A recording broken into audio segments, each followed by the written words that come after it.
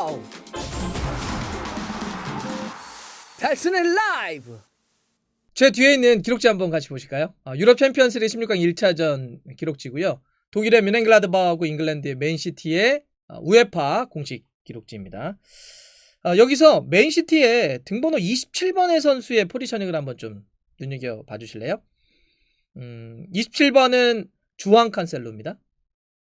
주앙 칸셀로는 이제 오른쪽 왼쪽을 다 볼 수 있는 선수인데, 이날 경기는 맨시티 포백의 왼쪽을 섰는데, 독특한 거는 지금 27번의 주앙 칸셀로의 포지션을 놓고 보면 일반적으로 우리가 이해하고 있는 왼쪽 수비수의 포지셔닝이 아니죠.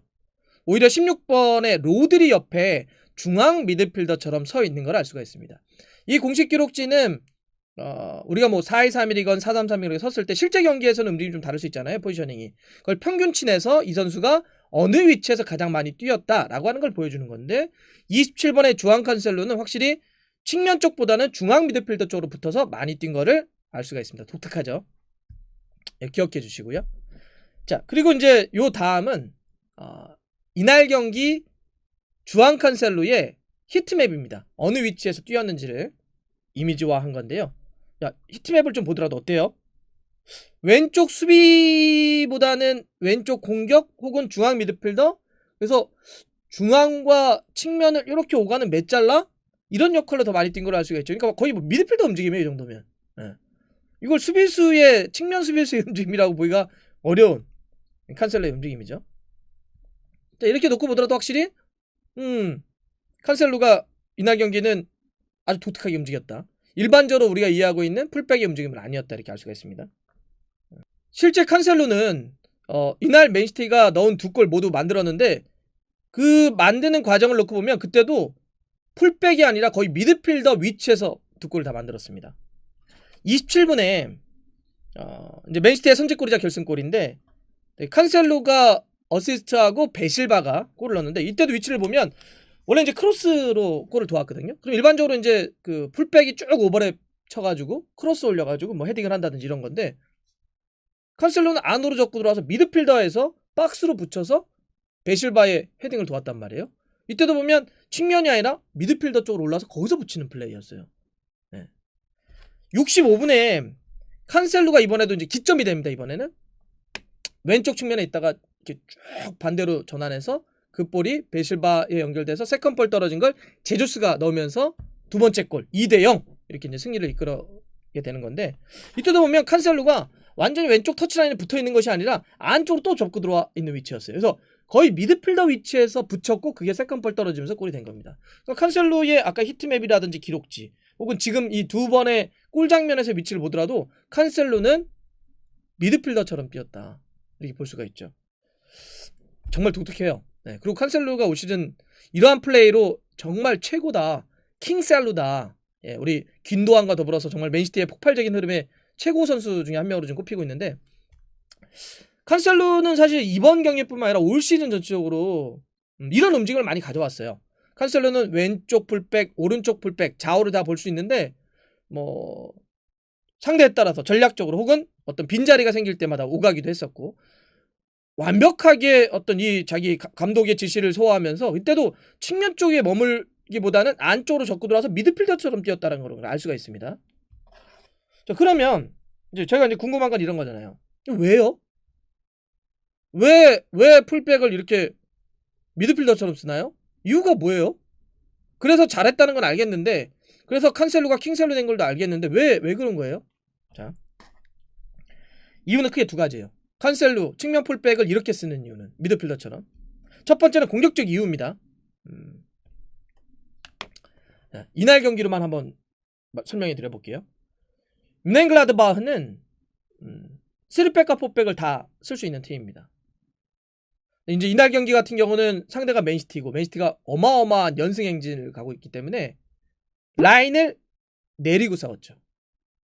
라인도 내렸고 측면도 수비 숫자를 좀 강화시키기 위해서 양쪽 공격수들을 내렸습니다. 그러니까 측면도 수비 숫자가 상당히 많고 전체적으로도 수비 숫자가 많고 라인도 뒤로 내렸기 때문에 없는 것 뭐? 뒷공간이 없죠. 자, 상대의 수비 숫자도 굉장히 많고 뒷공간도 내려가서 없어요. 측면 공격도 없고 중앙 공간도 없고 뒷공간도 없어요. 그럼 남은 공간 어딜까요? 그럼 남은 공간 어디죠? 맞습니다. 앞 공간이 남죠. 이게 포인트예요. 이것 때문에 측면 풀백을 가운데로 옮겨놓은 겁니다.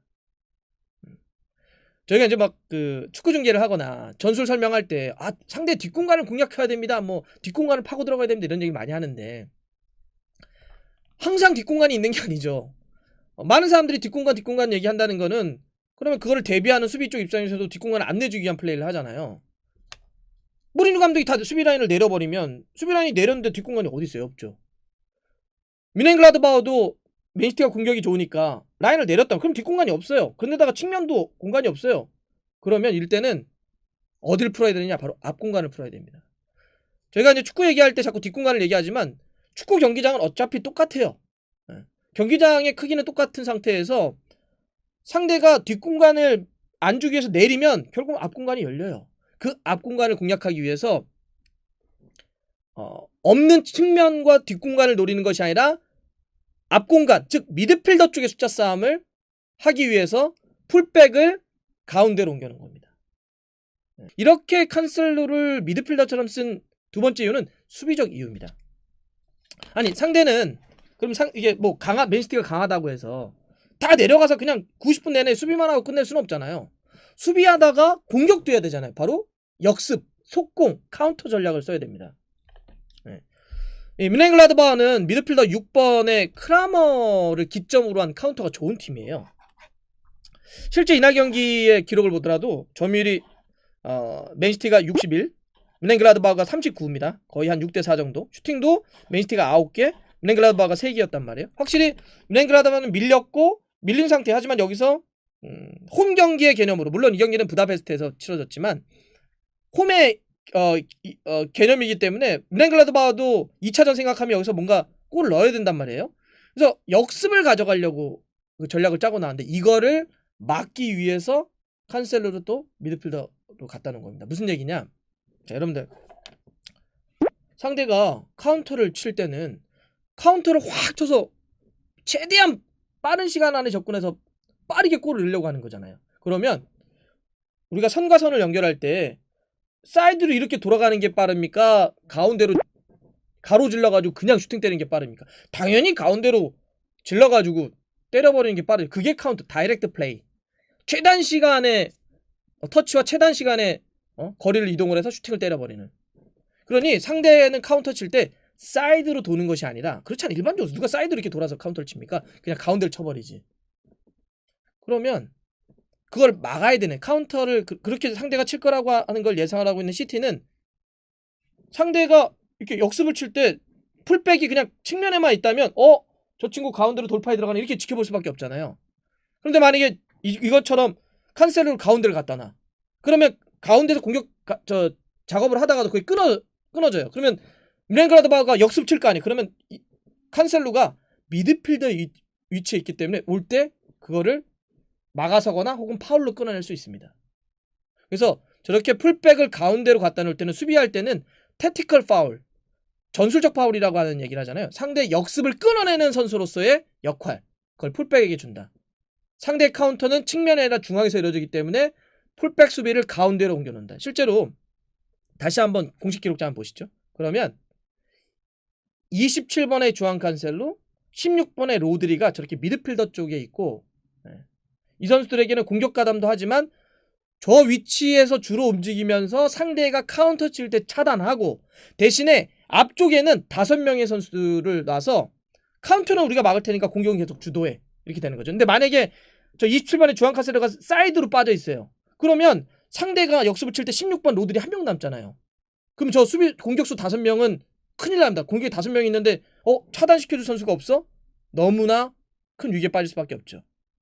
그런데 저렇게 주안 칸셀로와 로드리가 가운데 있으면 2명의 수비형 미드필더가 상대 역습을 끊어줄 수 있다고 한다면 5명의 공격수들은 조금은 수비에 대한 부담감을 줄이고 마음 편히 공격할 수 있는 겁니다. 그래서 이렇게 측면 풀백을 미드필더로 두는 것은 수비적인 이유도 있다.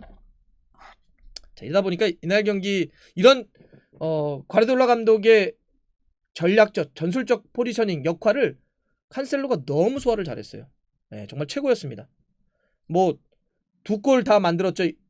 1어시스트 1기점, 키패스도 2개, 패스 성공률 93, 터치 119번. 이거 센터백인 후뱅 디아스 다음으로 많은 겁니다. 뭐 이렇게 웬만한 스탯도 다 좋고, 그러다 보니까 후스코어드에선 8.3점 최고점 줬고요. 양팀 통틀어서 BBC MOM, 그 다음에 대공식 MOM 다 휩쓸었고요.